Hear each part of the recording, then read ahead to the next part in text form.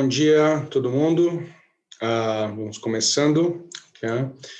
A aula de hoje continua no módulo de Equity, e só que nós vamos hoje fazer o Reading 38, que é o último Reading dessa semana. Já fizemos o 36, o 37, agora o 38. E a semana que vem terminamos o módulo de Equity, módulo 13, tá? Com os readings 39, 40 e 41. Tá? Então, hoje é o 38, é o último reading do módulo 12, do Study Session número 12, esse é o reading 38, é o último. Tá? E aí, a semana que vem, nós já começamos com o 39. Tá? Então, vou fazer a aula exatamente como sempre fiz, tá? Como a gente está sempre fazendo aqui. Nós vamos utilizar aquele método, tá? De leitura, que eu já venho usando desde a primeira aula, tá? A segunda aula, na verdade, né? Que eu tenho achado muito eficiente, e o feedback que eu tenho tido de vocês é que o modelo está funcionando, tá bom? Então, vamos continuar com ele. Então, eu vou mostrar os Learning Outcomes do Reading 38, depois nós vamos dar uma olhadinha na introdução do Reading 38, aí nós vamos fazer os títulos e subtítulos, tá? Vamos dar aquela analisada geral no Reading, e depois eu volto, né? Dou um breakzinho, volto, e depois do break aí a gente faz aquela leitura mais compreensiva, a gente vai pelas vinhetas, e depois das vinhetas nós vamos no que está realmente escrito em cada título e subtítulo que nós selecionamos, tá? E colocamos no nosso documento, tá bom? Espero que vocês estejam preparando um documento como esse, Excel, que eu venho mostrado para você em todas as aulas. Eu acho que seria interessante como um study reading, né? Para vocês guardarem. Então, eu acho que, como eu não tenho, eu posto os vídeos, mas eu não posto os files, né? Os documentos que a gente usa aqui como um documento instrucional, acho que não existe a palavra, né? De instrução, tá? Então, realmente eu não posso, porque é um scratch paper, é um brainstorm que eu uso, né? Mas se você acha interessante, aliás, acho que você deveria fazer isso, na verdade, é manter um folderzinho com todas essas planilhas Excel que você vem vendo nas nossas aulas, tá? Que é assim que eu conduzo as aulas, tá? Isso na primeira fase. E na segunda fase, então, aí quando nós vamos fazer as partes de analítica, realmente dito, problemas, questões, etc., aí muda um pouco o formato. Mas, por enquanto, no formato de leitura, eu acho um pouco interessante vocês manterem esses study notes, tá? Mas, independente de qualquer coisa, é imprescindível. Essa é a palavra? Imprescindível. Bom, é essa palavra que você tem que fazer uma lista de fórmulas. Isso aí é imperativo, essa era a palavra que eu estava procurando, tá? Que você faça a lista de fórmulas. Tá? Todas as fórmulas que vocês verem nos readings, você já imediatamente já transfira para a sua área de fórmulas, tá? Que daí, no final, eu sempre recomendo, assim, na última semana, pelo menos um dia um mínimo, que você passe, então, vendo essas fórmulas, dando uma memorizada boa nessas fórmulas. E eu ainda sugiro, né, que aqueles que estudam de uma maneira diferente, eu, por exemplo, sou uma pessoa um pouco mais visual do que auditiva, então uma técnica que funcionou muito para mim foi manter uma lista de fórmulas numa área onde eu via todos os dias. Eu levantava, eu via essas fórmulas, eu passava pelo meu escritório, quando eu chegava, eu via, quando eu saía, eu via, então eu estava sempre exposto às fórmulas e aquilo me ajudou muito a memorizá-las, tá? Então, se isso é uma técnica que funciona, eu sugiro que vocês adotem também, tá? Mas as fórmulas são, é imperativo que vocês estudem, memorizem essas fórmulas, todas, sem exceção, tá? Mesmo porque muitas dessas fórmulas que talvez nem apareçam no seu exame, talvez sejam úteis para você de uma outra maneira, tanto na vida profissional como na vida acadêmica, se você é essa área que você vai seguir, tá bom? Então, vamos começar. Eu vou começar, então, da mesma maneira que a gente sempre começa, tá? Eu vou mostrar para vocês aqui, então, o Learning Objectives, tá? Aí vocês devem estar vendo, então, the Learning Outcomes, tá? Vou colocar aqui um pouquinho mais. Pronto. So, the learning outcomes tá? Que nós aqui já tem apresentado para vocês desde o primeiro dia dessa semana, então quero o Study Session 12, né? 36, 37, 38. Já fizemos o 36 e o 37, não, agora estamos fazendo o 38, tá? Então vamos dar uma olhadinha no Reading 38, tá? Então aqui eu coloquei para vocês todos os Learning Outcomes, tá? Desse capítulo, tá? Desse reading, tá bom? Então tá aqui. Então eu vou um por um, como sempre faço, a gente faz um brainstorm aqui, depois nós vamos na introdução, nos títulos e subtítulos, tá bom? E aí nós voltamos e daí fazemos aquela leitura mais precisa. Então tá. Então o que é o Reading 38? Tá? Reading 38 é o Market Efficiency, tá? Então lembrando você que o módulo 12, o Study Session 12, tá? Ele trata do mercado em geral. Lembra? A gente viu, né, as regras de mercado, depois nós vimos o Reading 36, que fala do mercado financeiro em si, os participantes, etc. Depois o Reading 37, que fala de Market Indexes, os índices, né, do mercado. Tá? E agora o 38, Market Efficiency, então fecha o Reading 12 na parte do mercado. Aí na semana que vem, quando a gente fizer o Reading 13, que eu vou mostrar aqui para vocês, só a título de informação, que eu sempre gosto de preparar vocês para as próximas aulas, tá? Sempre é bom, porque isso é um material contínuo, pelo menos nesses dois readings. Aí na semana que vem nós vamos começar já o 39, o 40 e o 41, e lembrando a vocês que esses três readings, né, do módulo, né, do Study Session 13, aí ele já foca nos ativos, nos investimentos propriamente dito. Então, sai um pouco do mercado e entra já numa concepção mais, numa análise mais de investimentos propriamente dito, tá bom? Então é isso, mas isso aí é a semana que vem. Hoje nós estamos, então, no Reading 38, Market Efficiency. Então vamos dar uma overview aqui, rápida, tá? Descrever a eficiência do mercado e conceitos relacionados, incluindo a importância para os profissionais do investimento. Então, eficiência de mercado. Então, isso é muito importante.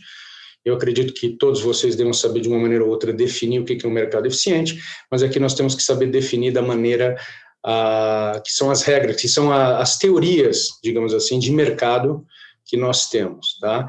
Que define que o mercado ele tem que ser o mais eficiente possível, porque o mercado eficiente, então, ele é um mercado fair, né? Um mercado justo para todos os participantes. Tá? É isso que a gente quer, um fair market, e o que é um mercado eficiente, com liquidez, né? Esse seria, então, o melhor cenário. Então, é isso que a gente, que nós, profissionais do mercado, que vocês, candidatos CFA, quando vierem a deter a carta CFA, vocês vão ter que fazer o que puderem para que façam que a sua, né? Uma das suas responsabilidades é fazer com que o mercado seja eficiente, transparente, tá? Que não tenham que não gere dúvidas e incertezas, que isso é muito ruim, né, como um todo. Muito bem. Distinguir ou, né, diferenciar o valor de mercado e valor intrínseco, isso é importantíssimo, intrinsic value and market value, tá? Market value que você paga, mas intrinsic value, né, is the fundamental value, o valor fundamental, aquele valor que a gente obtém fazendo uma análise precisa do investimento. Tá? Então, por exemplo, se nós estamos falando aqui, de stocks, né, de ações, então qual é o valor, o intrinsic value daquela ação? Então, nós temos métodos, quando a gente fala de valuation, vocês vão ver, temos métodos de determinar o que seria um preço justo, tá? Esse seria o intrinsic value. E aí o intrinsic value nós sempre comparamos com o market value para poder fazer algumas decisões. Então, se o market value está maior do que o intrinsic value, então a stock está overvalued, né? O preço está muito caro, tá? E se o intrinsic value é maior do que o valor de mercado, então a ação está undervalued. Aí você pode tirar uma conclusão e fazer um investimento, né? Que é buy low, sell high, né? Comprar o ativo que está undervalued e vender o ativo que está overvalued, né? No caso aí seria um investimento em ações. Bem, o que afeta a eficiência do mercado, tá? Então, são os fatores ali que vão afetar. Por exemplo, aqui nós temos qualquer coisa que gere ineficiência de informação, de transmissão de informação no mercado financeiro, realmente é um fator que vai afetar, né, porque o mercado com menos informação é um mercado mais ineficiente, ele não reflete a informação, então aí gera uma ineficiência. Então não vamos ver eficiência de mercado como aquele mercado líquido, né? Não tem muito a ver com liquidez aqui, tem muito a ver realmente com a eficiência, com as funções do mercado, né? Quão eficiente ele é em transmitir as informações necessárias a todos os participantes, tá? O ponto D, na minha opinião, é um dos pontos mais importantes do Reading 38, tá? Esse aqui nós vamos falar das eficiências de Market Efficiency e os tipos, né, que nós temos. São 3 definições, é um material testável, tá? Não vou dizer que vai cair no seu exame, que eu nunca falo isso, que eu não sei quais questões vocês vão ver, mas se eu tivesse que fazer um chute, como é que chama isso aí, né? Educated guess, eu diria que teria uma chance grande de aparecer alguma coisa relacionada com a market efficiency, os tipos de market efficiency, né, os tipos de mercado com relação à eficiência. Então, vamos por partes aqui, tá? Eficiência de mercado é o mercado que transmite que todas as informações, né, existentes, tá? Ela, tanto sendo pública quanto privada, todas as informações relacionadas com as ações, com os ativos vendidos naquele mercado, elas têm que estar disponíveis para todos os participantes. Então, é uma questão aí, a eficiência tem a ver com informação. Então, vamos fazer esse link, né? Eficiência com a informação. E que tipo de informação? Qualquer informação relevante sobre um ativo, tá? Do mercado, sobre um ativo financeiro, tá? A gente vai falar mais, of course, em stocks, mas isso aí vale para qualquer produto vendido, né, que tenha two parties, um que está comprando e um que está vendendo, tá? Os dois têm que estar completamente informados, o mercado tem que refletir todas as informações para que esses dois participantes possam fazer a melhor decisão, tá bom? Então, isso é o que nós chamamos de formas, né, de eficiência. Então, nós temos weak, semi-strong and strong markets. Notem que eu não traduzi, eu quero que vocês lembrem esses nomes. The weak format, semi-strong format, strong format. Tá? A tradução seria fraco, mais ou menos fraco e forte, ou mais ou menos forte e forte ao pé da letra, mas não acho legal traduzir. Vamos memorizar weak, semi-strong, strong. Weak, semi-strong and strong. Tá? Porque pode cair uma questão assim, ele pode te dar uma definição, e aí pergunta, a definição acima, ela é mais relacionada com quais das formas de eficiência de mercado? Aí vem lá, alternativa A, weak, alternativa B, semi-strong, e alternativa C, strong. Aí com as pistas, né, que você pega no enunciado, você tem que decidir qual desses 3 tipos de mercado, né, de eficiência de mercado que você tá ali, tá? E então, quando eu for descrever um pouco mais desses formatos, aí a gente explica um pouquinho mais, mas tem a ver com a disseminação de informação em cada um desses mercados.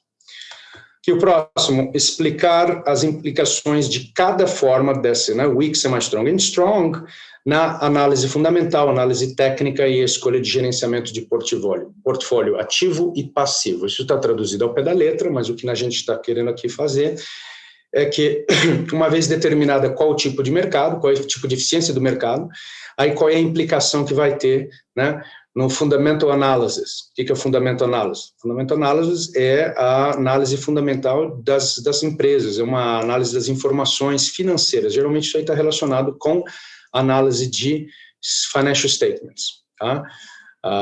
Essa é a que a gente normalmente identifica como o Fundamental Analysis. Aí você tem o Technical Analysis, tá? Technical Analysis, acho que todo mundo tá um pouco mais ou menos sabe o que é, né? Que é utilizar de informações passadas, né? De informações que já aconteceram para poder prever um certo pattern, né? O que é um pattern em português? Vocês vão desculpar essa palavra, esqueci. Caminho, digamos assim, né? Um pattern, uma coisa que se repete, tá? Um pattern. Achando que todo mundo, pelo menos essa palavra, você tem que saber o que é o pattern.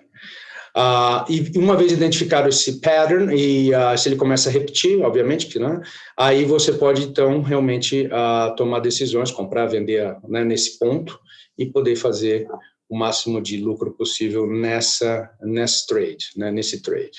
Esse é o Technical Analysis. Tá?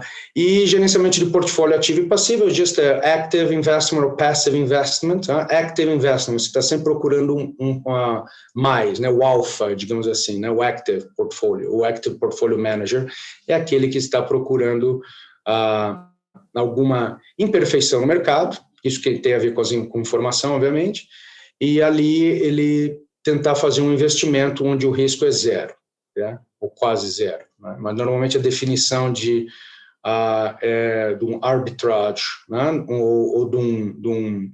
Na verdade, o alfa não é necessariamente sem risco, né? Mas alguém que está tentando fazer um arbitrage, aí sim está procurando um investimento sem risco. Já o portfolio manager que está procurando um alfa, né? Que está procurando um extra, né? Acima do retorno normal, tá? Ele realmente isso não é free lunch, que a gente chama, vai ter um risco envolvido para que ele consiga um abnormal return, but o abnormal return, o retorno anormal, maior do que o esperado, ele realmente se dá mais em mercados que não são eficientes, tá? Então, o strong format, né, que a gente vai discutir um pouquinho mais tarde, ele não tem muito, não dá, né, pela definição, não dá para você conseguir fazer abnormal returns. Já no weak no semi-strong, aí nós temos a possibilidade de ter abnormal returns, tá? Aquele return adicional, mais do que o esperado. Tá? Anomalias de mercado, eles podem ser desde anomalias vinculadas à hora que você está fazendo o trading, tá? De manhã, de tarde, tá? Fora da hora de mercado, ou também com a data, tá? Tem algumas anomalias que ocorrem em janeiro, por exemplo, tá? Comparado com outros meses, e tem também um pouco anomalia, tem muito a ver também com behavior finance, tá? Que é o próximo item, tá? Que o sentimento, né? A maneira que você se posiciona, não logicamente, não racionalmente, mas aquela coisa misturada com sentimentos e com bias, que a gente fala, né? Aquilo pode gerar uma anomalia no mercado, ele pode levar o mercado para uma direção que, fundamentally, né, não iria, mas porque nós estamos ali inseridos num grupo, né, nós podemos, então, aí desviar um pouco o mercado para uma direção que não iria, né, caso não houvessem bias, tá? Bias, B-I-A-S, bias, tá? E eu quero que vocês fiquem confortáveis com esses nomes, de bias, né, que são aliás, não sei o próprio termo em português da palavra bias, mas acho até melhor não saber, porque é uma palavra que nós não queremos traduzir, porque Level 3 Exam, o exame 3, tem uma porção grande daquele exame que vai ser no Behavioral Finance, tá? Finança comportamental, se a gente for traduzir ao pé da letra, e no Behavioral Finance, aí nós vamos ter que saber todos os tipos de bias, quais são as implicações, exemplos, etc. Tá? Então, eu acho que não é um material muito testável no nível 1, mas isso aqui também é um chute, tá? Como é que chama isso aí? É uma observação minha, tá? Como eu sempre falei, estudem tudo se vocês tiverem tempo, mas eu acho que Behavioral Finance talvez caiu uma pergunta na parte um pouco mais teórica, tá? Eu acho, por exemplo, ele vai dar conta um caso ali, explica e pergunta que tipo de Behavioral Finance está sendo exibida nesse caso, tá? Aí, quando nós formos falar dos tipos que estão no capítulo, aí nós vamos descrever, tá? Quero fazer um ponto aqui, que no Level 3, quando nós formos falar quando vocês forem estudar Behavioral Finance para o Level 3, Exam 3, aí vão ter uma lista muito mais compreensiva do que essa que está no Level 1, tá bom? É isso, é um reading curto, é um reading que tem apenas 5, 6, 7 pontos, tá?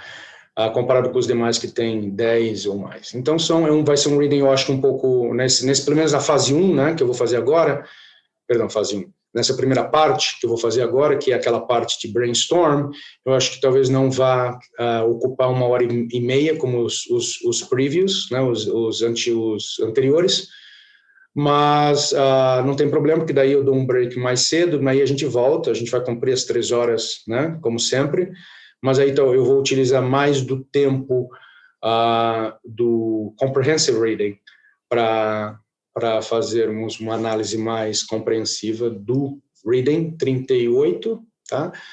E também aí talvez tenha um pouco de tempo no finalzinho para a gente fazer uns exemplos, talvez ali na parte prática, o que eu geralmente não faço agora nessa fase 1, mas se nós tivermos um tempinho, tá?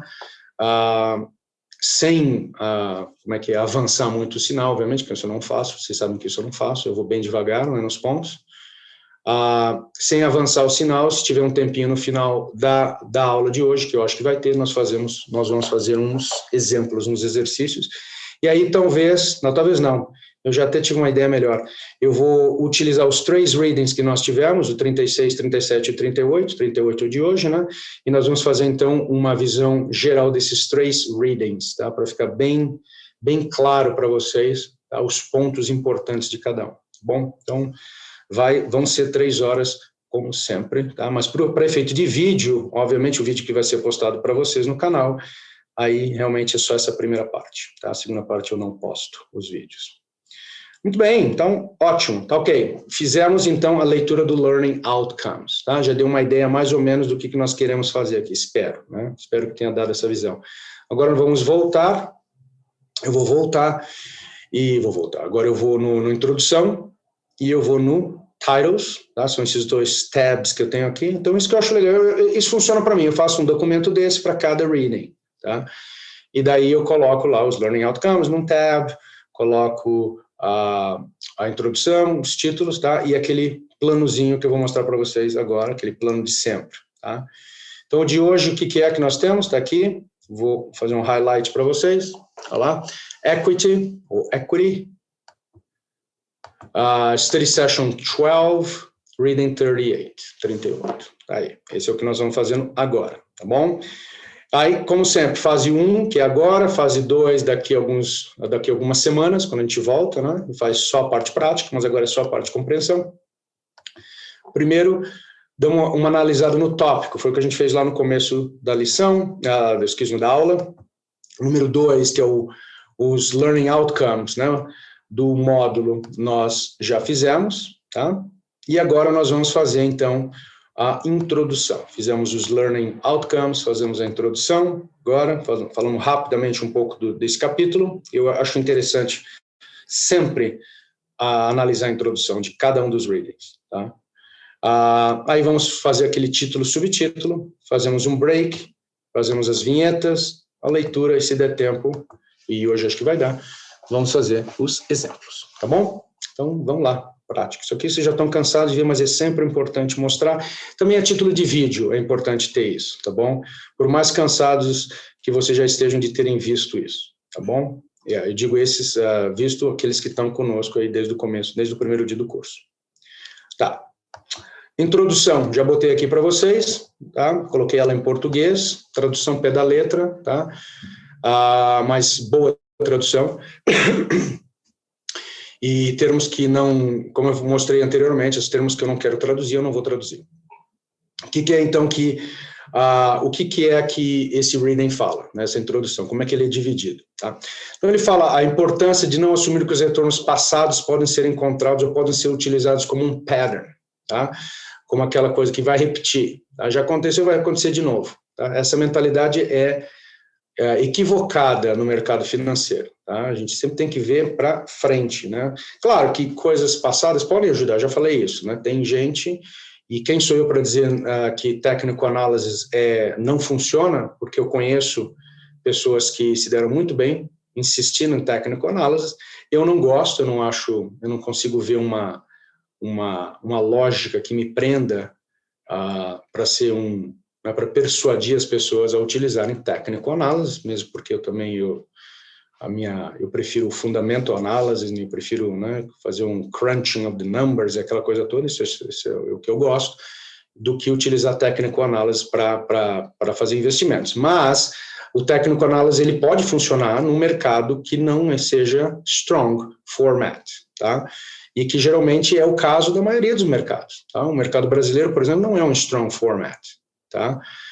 Não é um strong format. A gente teve um exemplo agora, semanas atrás, aí, com aquela história da Petrobras, quando o presidente da República fez um anúncio, o preço da Petrobras despencou, e alguém já tinha essa informação de antemão, e essa informação, erroneamente, foi utilizada antes de cair no mercado.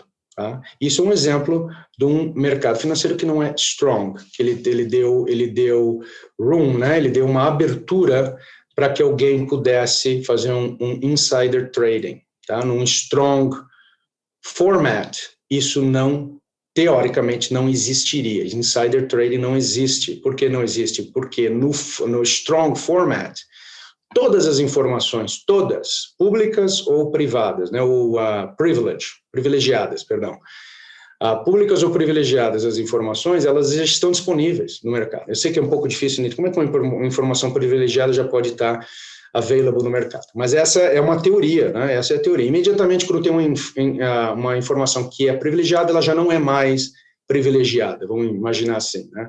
É aquela história, se você viu dinheiro na rua, quando você olhar de novo, ele não está mais lá, é mais aquela história, né? E, aliás, tem alguns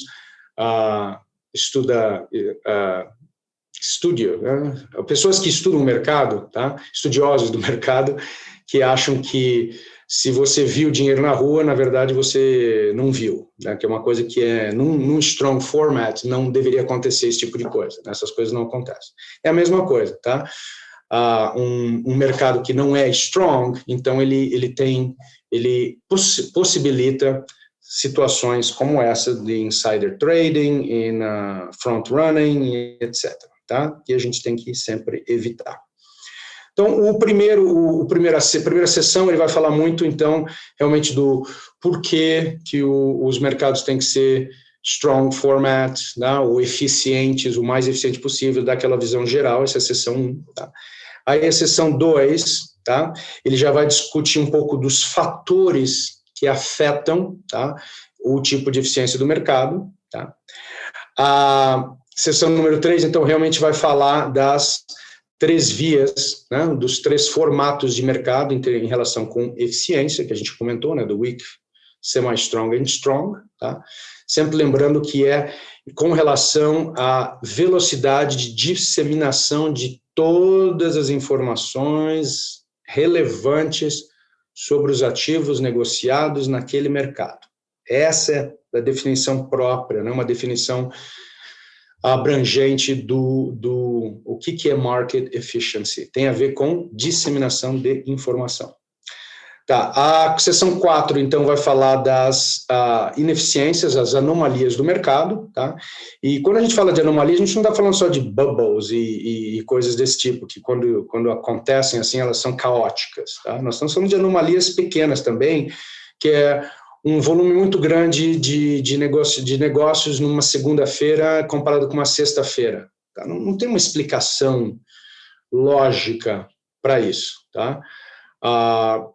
Mas, geralmente, então, se isso acontece no mercado, tá? Se isso é visível, isso aí é feito com atitude, você observa, né? Faz uma coleta de trading days e você observa, então, o volume de cada período e você identifica, então, qual é o volume, qual é o período que é o que tem mais volume de trading, né? de negócios. E, então, aí, geralmente, dá para, talvez, em alguns cenários, dá para identificar, nesse mês aqui, nessa primeira semana de cada mês, né, desse mês de cada ano, foram feitas mais transações. Então, isso é uma anomalia, por exemplo. A seção 5, então, apresenta a finança Behavioral Finance, tá? Então, vai falar dos bias, né,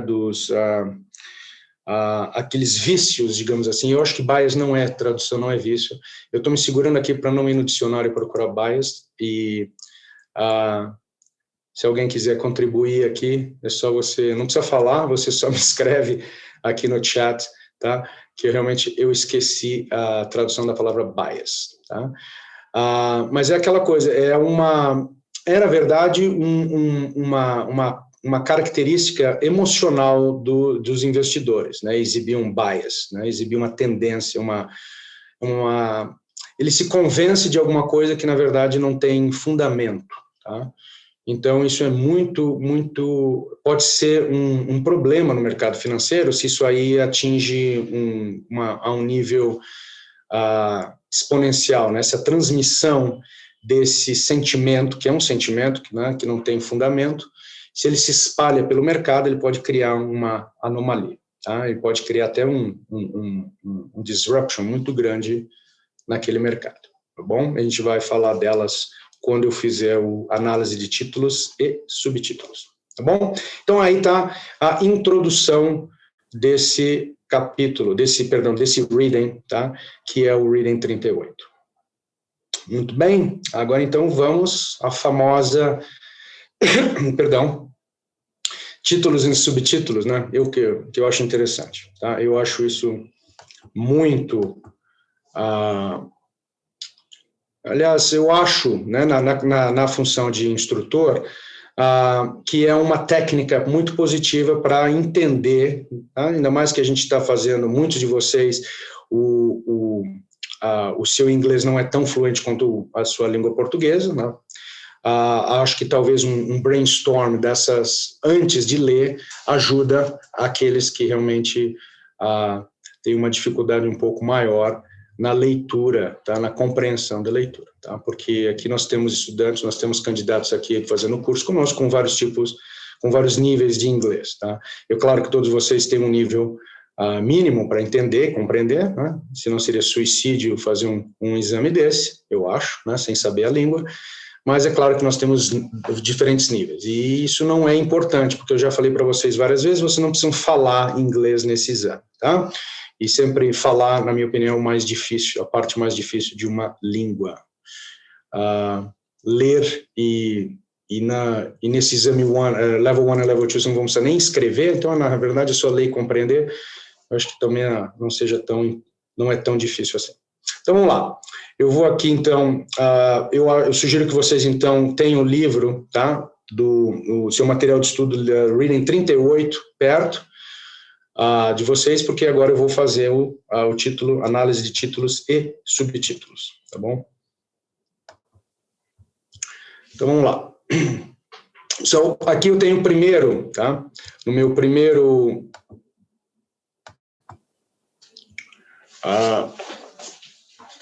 subtítulo aqui, tá? Que é o número 2, lembra? O primeiro sempre o introdução, em todos os readings, tá? Aí eu tenho o subtítulo número 2, que é The Concept of Market Efficiency, tá? Então, só vou colocar aqui Market Efficiency. Remember, isso aqui é um brainstorm, né? Isso aqui a gente só está fazendo notações, então não preciso escrever a coisa toda. Então, Market Efficiency, obviously, né? Aqui é o conceito. Então, aqui vai explicar esse subtítulo 2, tá? Ele vai, então, explicar, ele vai descrever para vocês o conceito de Market Efficiency. Eu acho importante esse pedaço do reading, tá? Esse ponto número 2.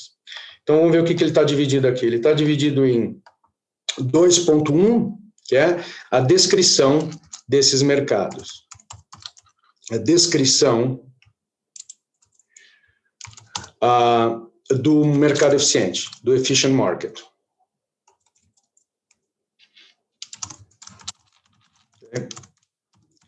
Então, descrição efficient market, tá? Então, ele vai descrever, quando a gente for ler depois, a gente vai ver, então, os pontos que são as características importantes, tá? Esse é o 2.1. Vocês sabem que eu não vou escrever nada aqui, eu só vou escrever o subtítulo, tá? E eu sempre lembro aqui, quando vocês lerem, né, ou fizerem esse trabalho de copiar os títulos e subtítulos, que vocês forem passando nos readings, deem uma pausa nos termos que estão grifados em azul, né? Lembra? Eu sempre insisto. Se tiver tempo, também dê uma olhada nas vinhetas, se ela não for muito longa, que são algumas vinhetas aqui, como nesse reading, elas são um case, uma historinha e tal, então elas são realmente umas vinhetas grandes, mas quando são aquelas vinhetinhas azuis pequenas, vocês já podem dar uma olhada logo de cara quando nós estamos fazendo o título, subtítulo session, né? Para ficar já começar a mentalizar um pouco do reading, tá? Então, tá aí, descrição de efficient markets. O 2.2 é o próximo, então não tem 2.1 ponto alguma coisa, tá? Já cai logo aqui no 2.2. E é aqui, então, que a gente já tinha comentado, tá? É o market value, okay? Que é o valor de mercado, tá? Com o intrinsic value.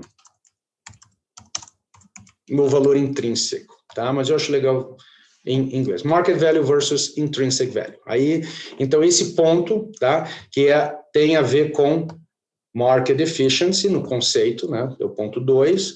O 2.2, ele fala de market value e intrinsic value, tá? Então, ali, aquele valor de mercado é quanto você está pagando. Agora, o intrinsic value, então, é aquele que realmente ele reflete o risco real, né? O potencial de retorno e outras características do investimento, tá? E aqui na vinheta também, né, quando aqui vocês que estão com o livro, vocês podem ver que uma das vinhetas do 2.2 é realmente sobre a diferença, né, uma lista, e pede para você identificar se o ativo está undervalued or overvalued, né, baseado no intrinsic value, na análise de valor intrínseco, né, aquele valor realmente que é o valor que deveria ser, teoricamente, né, porque se deveria ser também, a gente tem que tomar um pouco de cuidado. Deveria ser esse valor de acordo com uma análise fundamental e de risco e return do ativo, tá? Mas a gente sempre ressaltar que no mercado financeiro é tudo uma coisa de probabilidade, não é nada de 100% de certeza, tá? Tá, 2.3 é o próximo, são os factors contributing to stopping the market efficiency, tá? Então, what causes, or what stops, let's use, there was a typo here, what stops, tá? Market efficiency, let's put this, colocar assim, bem, tá? Nesses termos. Então, aqui ele vai descrever para vocês o que é que deixa, o que faz com que o mercado não fique, tá? Não seja considerado um mercado eficiente. Então, isso aí tem a ver com vários fatores. Tanto é que nesse ponto 2.3, tá? Aí já tem uns subtítulos, digamos assim, tá? Aí nós temos 2.31, 2.32, tá? Então, o próximo aqui, então, é o 2.3.1, okay? Que é o Market Participants. São os participantes do mercado, tá? Claro, isso aí a gente pode até inserir isso aqui, usando um pouco de guessing, sem ler, claro que, né? Que é óbvio, né? Que aqueles que estão participando do mercado, eles podem causar ineficiência no próprio mercado. Né? Isso é óbvio, né? Nós não estamos lidando com robôs aqui, apesar que todo mundo aqui já deve saber que a day trading, né, aquele old school day trading que a gente tinha na época que eu era, né, no começo dos anos 2000, que era uma sala cheia de computadores e cada computador tinha um trader, hoje em dia é na forma de algoritmos, né? Então aqueles traders já estão como o indivíduo, né, a pessoa está ficando menos participando menos desse tipo de trabalho, porque estão feitos mais por máquinas, tá? Então, quanto menos pessoas, digamos assim, né, human beings participando, talvez tenha mais, dá para fazer esse ponto que tenha mais eficiência, porque human beings cometem mais erros, né, do que máquinas, né, algoritmos, etc. E tem aqui o 3.2, amigos, tá? Information availability, okay, in financial disclosure. Esse aqui é critical, né? Crítico, perdão, para que o mercado seja eficiente, não é? Então, aqui tem information, né? Vou colocar informação. Informação, tá? And disclosures. Estou fazendo isso de propósito, escrevendo um pouco em inglês, um pouco em português. Eu acho que isso aqui não é harmful, tá? Information and disclosure. É claro que isso aí vai parar a eficiência do mercado. Por quê? Se a informação que deveria estar lá não está lá, já cria ineficiência, né? Disclosure, que é quando são as informações suplementares, né, extras, né, que as empresas têm que dar, o CEO às vezes dá, faz uma uma explicação, né? Por exemplo, você tem earnings reports, ou seja, the earnings per share, você vai coloca lá e daí você faz um disclosure, tá? Uma informação extra. Tá? Se isso não está presente no mercado, então o mercado não vai ser eficiente. Tá? Então esse ponto é importante ressaltar, que é aqui informação e disclosures. Tá? 2.3.3, olha aqui, 2.3.3 aqui, então, é limits to trading. Okay? Limits to trading. Okay. Então, são limitações impostas pelo mercado, tá, no trading, porque, veja bem, o mercado eficiente, ele deveria ser, por exemplo, 24 horas por dia, tá? E nós sabemos que em exchange, eles são por tempos limitados. Isso é um ponto, mas não é muito crítico. O que é muito crítico é que, por exemplo, tem vários mercados que não admitem short selling, tá? Limited trading. Então, aqui, short selling not allowed. Ou, por exemplo, você não pode fazer short selling a hora que queira, né? Tem as regras de short selling. Tá? Eu espero que todos vocês saibam o que short selling, né, significa. Tá? Short selling é quando você quer tirar vantagem numa queda, né, de uma ação ou do mercado em geral. Tá? Isso aí você tem que antecipar essa queda para fazer esse trading. Então, se o mercado já está caindo, então tem regras que você não pode já entrar nesse trading quando o mercado está caindo. São limits to trading. Tá? São limitações que podem, né, de fazer com que o mercado não fique eficiente. Agora, se vocês, por exemplo, aqui no reading está bem claro os exemplos, mas eu também sou um defensor dessa ideia, eu acho que short selling é importante para adicionar eficiência no mercado. Tá? Se você restringir short selling, por exemplo, aí eu acho que também você restringe a eficiência do mercado, porque no short selling tem informações relevantes, tá? Importantes, que devem ser adicionadas no mercado, porque por que a ação está caindo? Né? Por que alguém já previu isso, já sabia disso? Né? Então, eu acho que quando uma short selling é implementada, é porque muitos dos casos a pessoa já, né, porque senão seria um rogue trader. Esse eu já não estou comentando sobre isso. Estou comentando com traders que têm informação, né, não é aquela história, né? As opiniões baseadas em fatos, não em opiniões pessoais. Tá? Então, se a pessoa fez o homework, tem ali informação suplementar que indica que deveríamos fazer um short selling, tá? Então deve faça, porque é a medida porque significa que essa pessoa tem informações que são importantes no mercado. 2.4, tá? Aí já um pouquinho fora de what stops the market efficiency, que é o 2.3, então criamos um ponto à parte aqui, que a gente vai falar de transaction costs, tá? Custo de transação e custo de informação também, né? Porque para você fazer um trading, tá aqui um typo aqui, perdão, pronto.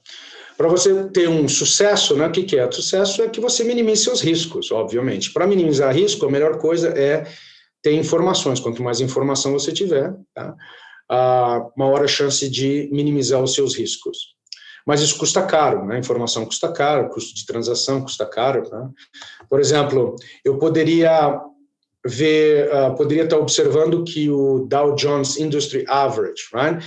Ele performa muito bem, né, nesses últimos anos, e eu queria fazer um passive investment, um investimento passivo, que fosse imitando o Dow Jones Industry Average. Então, o que eu deveria fazer? Deveria comprar todas as ações, tá, incluídas naquele índice. Tá? Imaginam todas.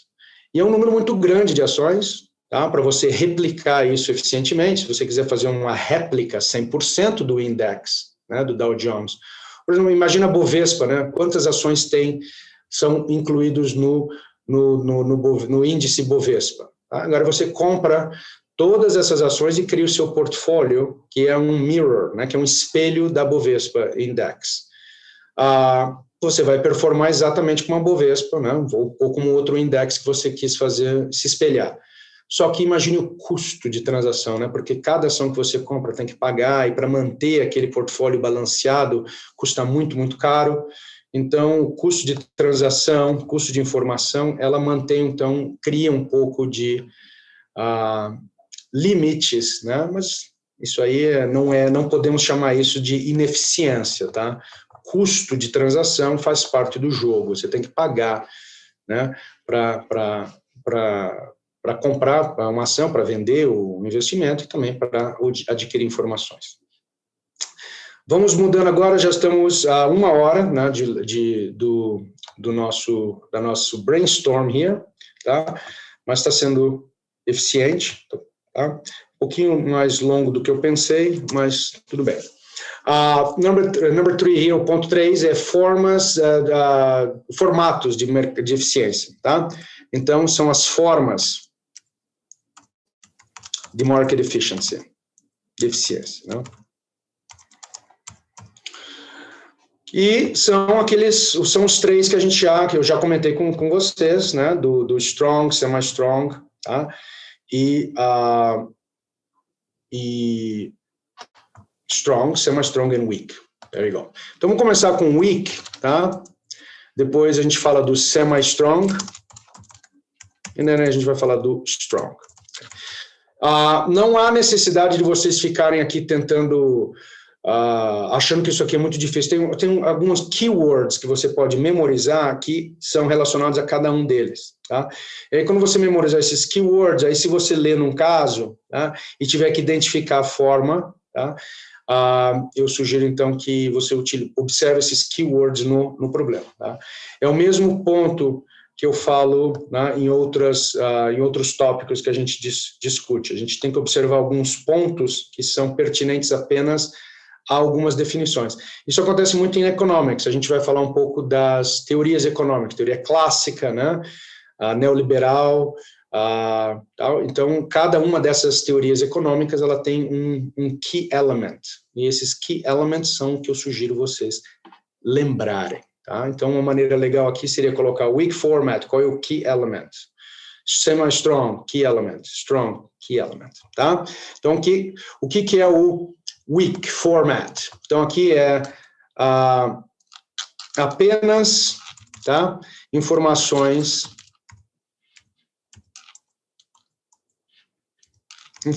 passadas, tá? Estão presentes no mercado. Então, o que acontece? O que já aconteceu, então você tem acesso ao que aconteceu, você viu como é que a ação, a performance da ação nas últimas 2 semanas, um mês, alguns anos, você faz aquela comparação, como eu disse, um technical analysis, né? Observa patterns, né? Então aqui tem um pico, aqui já tem uma queda, tem outro pico, 3 picos, vai ter um próximo pico, aquela coisa de technical analyst, tá? Isso é possível, technical analysis funciona, né, com um grande grau de probabilidade, tá? Ou vamos ser um pouco mais sensatos aqui nas nossas análises, tá? Nas definições que eu dou, pelo menos, que tem uma probabilidade menor, tá, de riscos, tá, para o technical trader no weak format que no strong format, por exemplo. Tá? Então, informações passadas presentes no mercado. Aqui você utiliza muito de fundamental analysis. Tá? Então, fundamental analysis, tá? Ele é presente no weak format. Tá? A maioria dos mercados, se não quase todos ou todos os mercados financeiros de hoje, ele exibe a definição de semi-strong, tá? O strong format é um pouco difícil de você ter certeza absoluta pela definição do strong format que existe hoje em dia, tá? Semi-strong. Então, semi-strong ele tem weak format mais algo, né? Porque o semi-strong é um pouquinho mais eficiente que o weak format. Então, é o weak format mais, tá? Current information.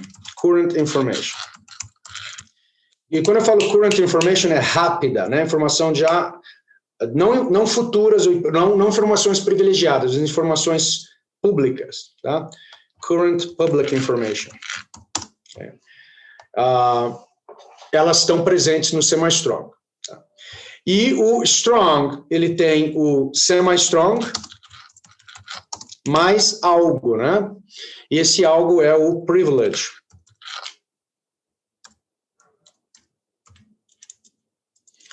Ou informações privilegiadas aqui. Vou colocar em português. O semi-strong, ele tem tudo, o strong, ele tem tudo que o semi-strong tem, mais as informações privilegiadas, tá?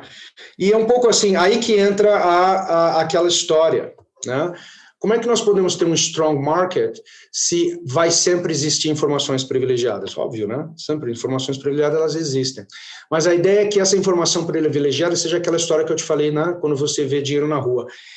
Você vê e daí quando você pisca o olho, ele já não está mais ali. Então, no caso da informação, ela é privilegiada agora, você pisca o olho, ela já vira pública. Esse seria mais ou menos, né, a analogia aqui no strong format do mercado strong, que a informação privilegiada, ela tem uma duração ínfima, né? Ela já vira public o mais rápido possível. Um dos trabalhos de um analista financeiro né, que respeita as regras e a definição do nosso trabalho de analista financeiro, é que se você tiver em poder de uma informação privilegiada, que pode acontecer, é que você consiga convencer as pessoas que têm essa informação privilegiada a torná-las públicas o mais rápido possível, tá? Que isso vai de acordo com essa definição de mercado e eficiência, tá? Então, esse aqui, então, no nosso reading, ele está como 3.1, tá? Weak form, ok? Aí a gente vai dar uma lida mais compreensiva, né? Uma comprehensive reading depois do break. Aqui o semi-strong é o 3.2. Tá? E óbvio, né? Obviously, a gente vai chegar no strong, que deve ser o próximo 3.3.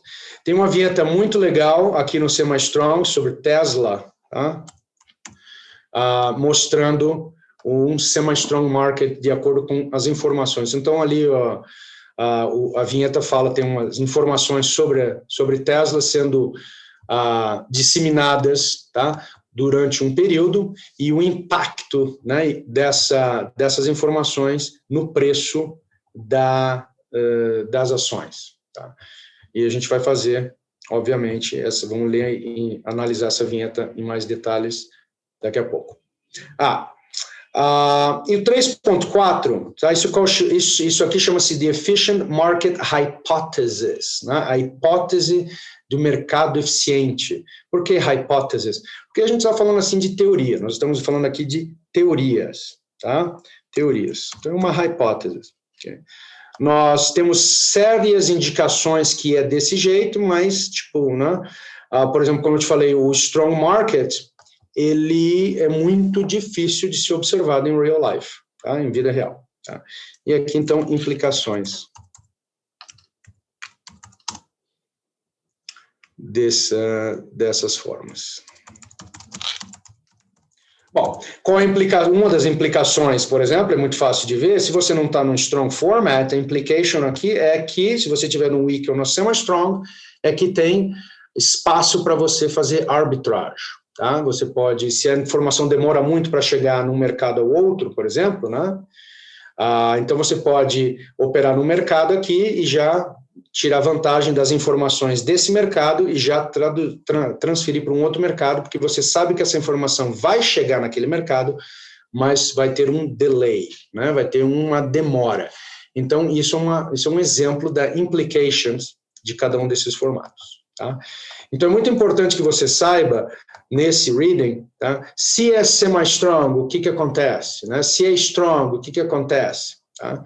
E nós vamos falar, então, um pouco disso durante a nossa leitura. 3.41, okay? Fala de Fundamental Analysis. Tá? Eu já mencionei um pouquinho para vocês, Fundamental Analysis. Fundamental Analysis, então, tem muito a ver com a análise financeira de cada ativo, tá? Se você não estiver falando de ações, estiver falando de, por exemplo, de real estate ou alternative investments, então uma análise um pouco mais compreensiva, tá? Do que está envolvido, os ativos envolvidos, da companhia por trás, etc., daquele investimento, tá? Fazer uma análise mais compreensiva, então uma fundamental análise, uma análise fundamental, né? Traduzindo isso aqui ao pé da letra, tá? É importante, e sempre lembrando a vocês que o fundamental análise, ele está presente em todas as formas de mercado, tá? Porque lembra, uma coisa que é muito importante lembrar, excuse me, o strong, quer dizer, o weak está dentro do semi-strong, imagine circles aqui, círculos, né? Um círculo pequeno é o weak format, aí um círculo maior, com esse círculo dentro, é o semi-strong. Aí você tem um terceiro círculo, tá? Maior ainda, englobando os outros dois. Então, essa é mais ou menos a ideia. Então, o strong format, ele contém os outros dois, mais algo, né? Então, o fundamental análise, ele é presente nos três formatos. A 3.42 já é o called technical analysis, tá? E o technical analysis, ele perde força no strong format, ele ganha força no weak format, tá? Porque o weak format, ele realmente, ele utiliza, tá? Ele utiliza de técnicas de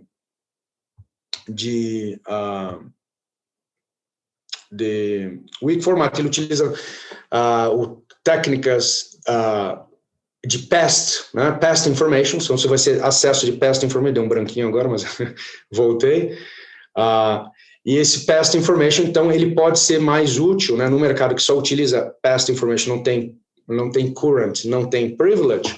Aí, então, para o technical analyst, aquele que quer desempenhar essa função, então ele tem um pouco mais chances de ter um retorno, né, um abnormal return, encontrar ali um nicho. Mas isso não vai acontecer no strong format. E o 3.43, tá? 3.43, ok? Ele fala de portfólio management. E o portfólio management, obviously, então aí, claro, se você é um portfólio manager, ok? E você está num weak format, market, que tem um weak format, então é claro que você vai fazer abnormal returns. Então você vai ser um active trader com muito mais eficiência no weak format, e você vai ser um active trader com muito menos eficiência, tá? Information ratio, tá? Eu estou falando aqui, né? A sua performance como active trader, que vocês vão ver isso em portfólio manager, como é que a gente mede o performance do gerente de portfólio. Ele vai ter muito menos um information ratio, né? Que é o que a gente usa para medir, muito menor no strong format, se é que vai existir, né? E no weak format. Por definição, não existe active trading no strong format. É difícil, vai ser muito, muito, muito difícil encontrar espaço para fazer abnormal returns, tá? Já no weak format, nós vamos ter mais possibilidades, tá? De ter um portfólio manager que é more active, tá? Então, o que acontece? É que a gente tem que perder aquela mania que o portfólio manager tem que sempre fazer mais, né? Não, o portfólio manager tem que gerenciar um portfólio, tá? Isso vai ser muito presente no nível 3. Gerenciamento de portfólio é de acordo com as características de cada portfólio, tá? Então, se o seu cliente disse que você não pode investir em certas ações, você não vai investir em certas ações. Se o cliente disse que o objetivo é manter o portfólio, né, não é aumentar o valor, então você não vai investir você não vai fazer um active trading naquele portfólio, porque o seu cliente disse que é um passive portfólio, né, é para manter, né, em vez de aumentar. Então, é isso que é um portfólio manager. A gente não pode esquecer que nós estamos trabalhando para clientes, tá? Então, dependendo do cliente, dependendo do IPS, né, nós temos que performar de uma certa maneira. Ok. Número 4 é anomalias, tá? Eu já falei um pouquinho sobre as anomalias, tá? E anomalias, eu não estou falando de coisas assim, tipo um crash, né, do mercado, tá? Sem esperar, é uma coisa assim. Anomalias aqui, elas podem ser menores, tá? Tipo, por exemplo, a gente tem aqui, por exemplo, o que nós chamamos de time anomaly, okay? Ou time series anomalies, que é o número 4.1 aqui. Isso tem a ver com tempo, né? Com o tempo de disseminação de informação. Tá? Então, quanto mais delay, quanto mais demorado para a informação cair no mercado, então mais anomalia cria, tá? Que fica o mercado ineficiente. Tá? E nessas anomalias, é claro que isso aí pode ser positivo para quem é um active trader, sem dúvida. Tá? Mas para o investidor normal, uma anomalia ela é disruptive, então é uma função do mercado não tê-las. Anomalias não deveriam existir. Tá? Então, aqui nós temos o 4.11, que é o calendar anomalies, tá? Ou de calendário, mas eu não vou traduzir, porque é um termo, né? E pode ser que esse termo, se aparecer, tá? Então é melhor memorizá-lo em inglês. Um calendar anomalies, mas é muito parecida a palavra em português, então talvez não seja um perigo aqui. Calendar anomalies, tá? Isso tem a ver com a data, tá? Isso aqui vem com a data. Aqui um exemplo de January effect, que é uma anomalia que não persiste, mas se você fizer um estudo, você vai ver que em janeiro, né, tem um volume diferenciado de transações que não é explicado. Tá? Ou é explicado, mas tipo assim, tem um pouco de bias involved, tá? Então cria uma anomaly. Tá? É a anomalia de calendário que a gente fala. E tem também uma que a gente chama de momentum anomaly. Eu acho que é a próxima que nós vamos ter aqui, é isso mesmo, momentum, tá? Que é uma coisa assim de... Está acontecendo e daí puxa um efeito dominó, tá? É um momentum anomaly, uma anomalia de momento. Tá? Por exemplo, alguns meses atrás nós tivemos uma grande anomalia, que foi o caso daquelas ações, eu não vou falar o nome, mas as ações, né, daquele GameStop, que muitos hedge funds estavam apostando no short selling, tá? E aí um grupo no Reddit combinaram forças e tentaram ir contra, né? E começaram a comprar aquelas ações para criar um short squeeze. Isso é uma anomalia, porque, na minha opinião, deveria ser ilegal uma coisa desse tipo, porque está fazendo um disruptive, né? Está interferindo na dinâmica do mercado, tá? Que a gente claramente sabe que aquelas ações elas estavam subindo por causa de um acordo, digamos assim, entre um grupo. Tá? E isso realmente não deveria acontecer no mercado, esse tipo de coisa não deveria acontecer. Tá? E também temos aqui nós o que a gente chamamos, né, fora do time series, cross-section anomalies, tá? Que eu vou explicar para vocês mais quando a gente começar a ler, quando a gente fizer a leitura, tá? Daqui a pouco, que eu ainda tenho mais 20 minutinhos para terminar isso aqui. Tá? Então, no final das contas, vamos dar a nossa hora e meia. Eu pensei que ia ser um pouquinho menos, tá? Mas ótimo, né? Que 1h30 para fazer um brainstorm é exatamente o que a gente tem feito em todas as aulas desde a primeira, tá? E aqui nós temos aqui no cross-section, a gente tem duas possibilidades. One é size effect, né? Do tamanho da ordem, pode criar uma anomalia no mercado. Tá? Uma grande ordem para vender, uma grande ordem para comprar, tá? Ele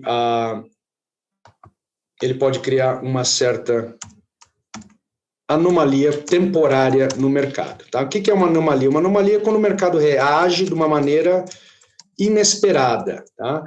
Então, pode ser também tem a ver com... Aqui um exemplo legal do size effect, que não muito a ver com ordem size, tá? Order size could create a disruption, mas uma interferência rápida. Aqui pode ser, por exemplo, a gente pode estar falando do tamanho das empresas, né? Os small caps, okay? Versus o large caps. Okay?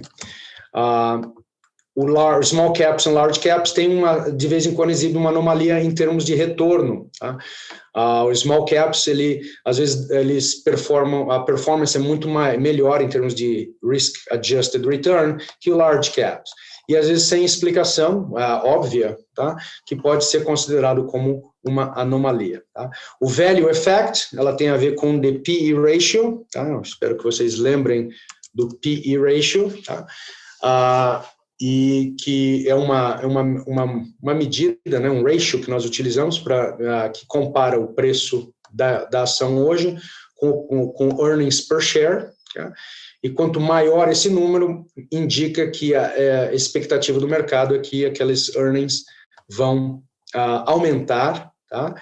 Então, aqui também pode ser aqui nesse campo do P/E ratio analysis, né? E small caps versus large cap, quer dizer size and value, nós podemos ter algumas anomalias. Aí eu vou dar uns exemplos para vocês na nossa leitura. Aliás, a vinheta aqui é bem legal, eu vou utilizá-la como o ponto de partida para explicar mais the cross-sectional anomalies types, tá? E aqui tem others, tem outro tipo de anomalia, tá? Aqui tem um pouco com o mutual funds. Okay. Mutual funds é muito interessante porque geralmente ocorre que o valor do mutual funds que a gente compra em stock exchange, que é medido pelo net asset value, okay? Net asset value é o valor do mutual fund, é o preço do mutual fund quando você vai comprar no mercado, né? Se ele for vendido. E esse NAV, ele às vezes, o preço do mutual fund, ele não é exatamente igual ou superior ao net asset value, que é o valor do fundo. Às vezes o preço é menor. E isso tem a ver com anomalies, tá? Então eu vou explicar para vocês mais quando a gente for analisar isso. Então esse aqui é o 4.3.1, tá? É um mutual funds, uma anomaly causada, tá? Observada, mas quando a gente está falando de transações de mutual funds. Um outro muito interessante é o earnings surprise, 4.3.2, earnings surprises. Okay? É por isso que você geralmente não observa companhias anunciando earnings no meio do trading time. Tá? Então, entre 9h30 e 4 da tarde, se é uma companhia que vende no New York Stock Exchange, geralmente eles evitam anunciar o earnings durante o pregão, digamos assim, né? Durante ali o trading time, porque pode causar disruptions e anomalias durante, né? Se for uma surpresa. Se o mercado está esperando um valor e o earnings é maior ou menor, ou muito maior ou muito menor daquele valor esperado, aí vai criar, obviamente, uma anomalia naquele momento, tá? Depois, of course, o mercado vai corrigir rápido, mas não deixa de ser uma anomalia.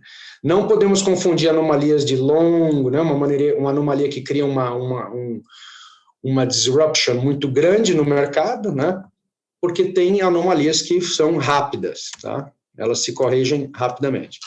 Outra anomalia que pode ser causada, que pode acontecer, é o IPO, né, o lançamento de um IPO. Tá? Geralmente tem muitas expectativas no lançamento de um IPO, então pode ser que o valor, né, daquele IPO no primeiro dia ou nos primeiros dias, ele não reflita aquele valor intrínseco normal, que tem um pouco de bias, expectations, etc., que pode criar, então, realmente o que a gente chama de uma certa anomalia no preço. Tá bom? 4.3.4, ele é um pouco raro, mas ele existe, tá? Prever retornos, okay? Usando prior information, né? Que você já sabe, tá? Então, aqui é um pouco mais de informação que você tem, não necessariamente privilegiada, mas informações do passado, tá? Que, por algum motivo, tá?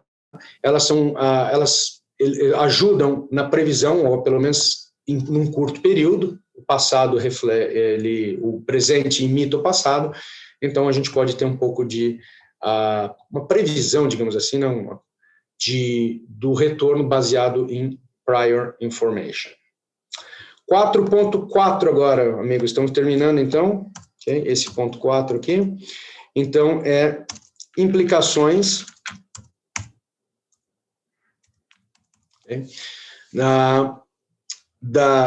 Desse mercado efficiency, implicações em estratégias de investimento. Okay? Investment, olha eu aqui, investimento, there you go. Então, implicações da estratégia de investimento óbvias, né? Se você detecta em que tipo de mercado você está, strong, semi-strong and weak, okay? E obviamente você não vai estar num strong format, você vai estar num semi-strong, most likely, então que tipo de estratégia de investimento você vai adotar. E aqui nós temos, então, mudando já a categoria 5, que é uma categoria que eu acho muito interessante, que é o Behavioral Finance. Okay. Behavioral Finance. Aqueles que gostam de jogar poker desenvolvem, não é o meu caso que eu não jogo poker, mas o caso daqueles que jogam poker, eles jogam bem, eles adquirem realmente essa capacidade de ler as pessoas, né, de observar o behavior, né, e dali eles tiram vantagem na hora de jogar, não é?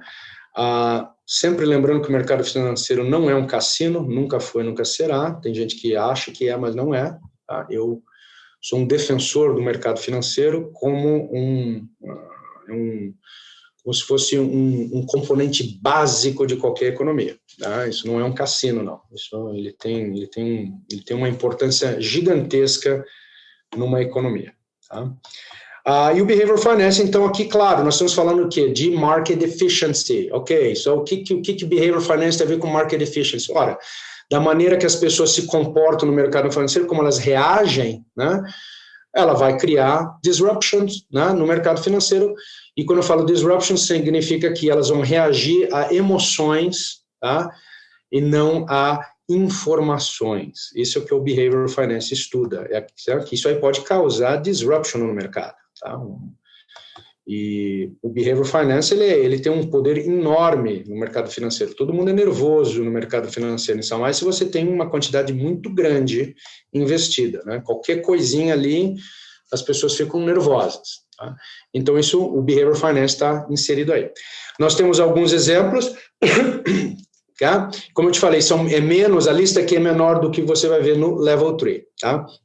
Então, um dos exemplos aqui é Loss Aversion, e eu estou lembrando a vocês que eu vou dar exemplos de cada um deles depois do break, tá? Depois que a gente fizer o nosso break aqui, tá? Alguns minutinhos só para a gente dar uma espairecida para poder retornar, que senão fica intenso, tá? E então daí eu vou dar mais exemplos para vocês, ok? Aqui temos herding, ok? Eu acho que a tradução de herd em português é rebanho, eu acho que é isso, tá?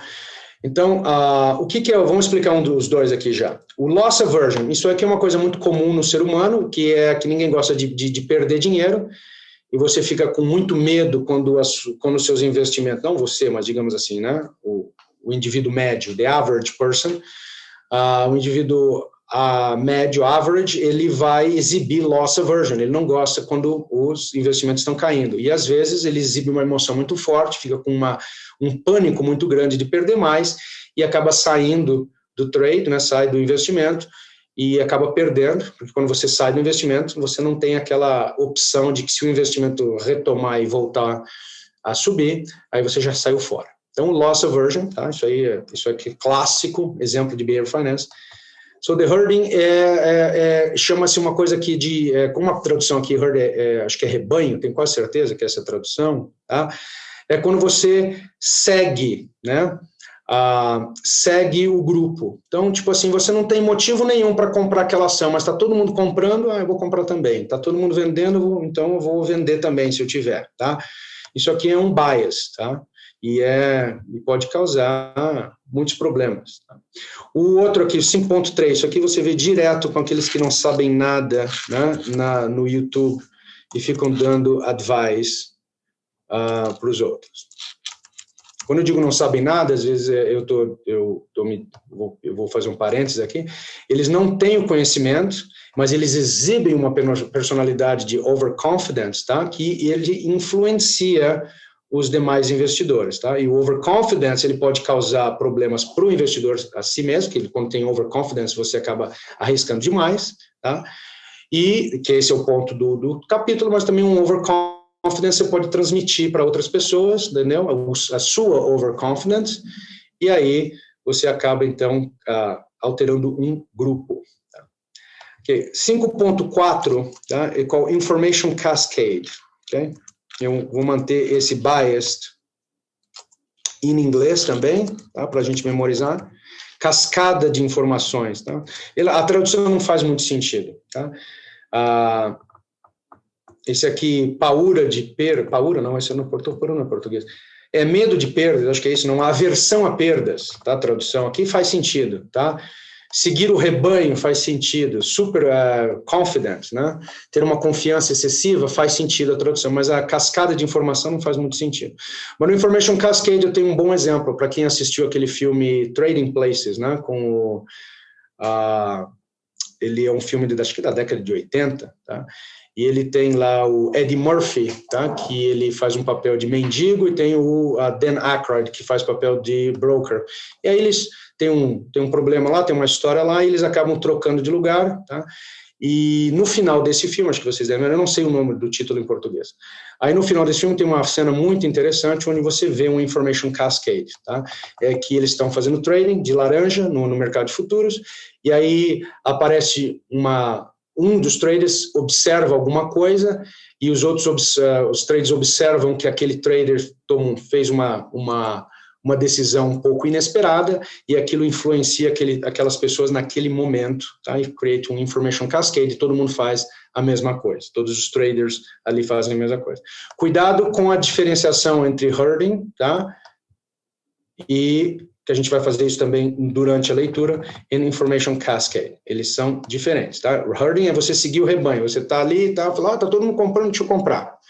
O Information Cascade, você está ali, daí de repente vem uma informação que alguém pega, você acha, essa pessoa pegou essa informação, ou essa pessoa está reagindo de uma certa maneira com relação àquela informação, e eu acho que ele está certo, e eu vou reagir do mesmo jeito, e aí cria um fenômeno em massa. Tá? Esse é o Information Cascade. E o que mais? E aí tem outros bias, tá? Eu vi que alguém aqui mandou a tradução, mas eu ainda não tive tempo de ler. Mas eu vou continuar chamando de bias, tá? Olha aqui, bias. Então, other bias. Excuse me. E o plural de bias é biases. Singular, plural. Ok? E aí aqui tem representativeness, mental accounting. Tá? Mental accounting é clássica, é quando você pensa nos seus investimentos em diferentes.